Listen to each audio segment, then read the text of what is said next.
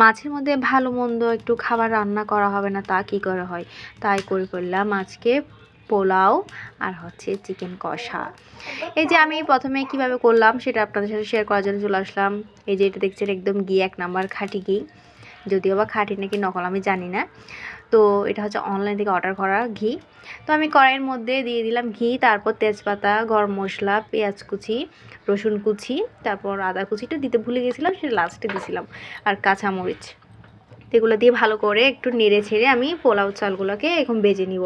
তার মধ্যে আমি লবণ আর আদাটা দিয়ে দিলাম, অ্যাড করলাম। তো ভালো করে ভাজাটা হয়ে গেলে এক পর্যায়ে আমি পরিমাণ মতো পানি দিয়ে দিব। পানিটা একদম পরিমাণ মতো দিতে হবে, বেশি আবার মানে নষ্ট হয়ে যাবে। তো এই যে দেখেন একদম ভাতটা ঠিক ঝুরঝুরে হয়ে গিয়েছে অনেকক্ষণ পরে, 20 মিনিটের মতো হয়েছে রান্নাটা, এর মধ্যে কমপ্লিট হয়ে গেছে। এবার আমি চিকেনটাকে একটু ভেজে নিচ্ছি হালকা হালকা।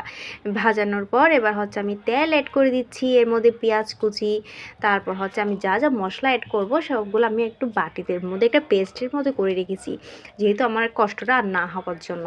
এই যে দেখছেন এটা একদম পেস্ট। আর আমি এটা এক পর্যায়ে এটা রান্নার মধ্যে ঢেলে দিলাম। আর এটা আমি আপনাদেরকে কাউকে মানে রান্না শেখাচ্ছি না, জাস্ট আমি আমার মতোভাবে কীভাবে করলাম জাস্ট আমি ওইটাই দেখাচ্ছি, আর কিছু না আমার ডেলি ব্লগে।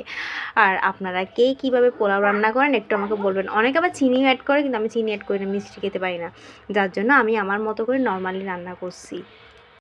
আর এক পর্যায়ে প্রায় আমার মানে রান্নাটা অর্ধেকই হয়ে গেছে পুরোটা। এরপর হচ্ছে হওয়ার পর আমি এখন বাটিতে মানে নিয়ে পরিবেশনের জন্য নিয়ে ফেলতেছি।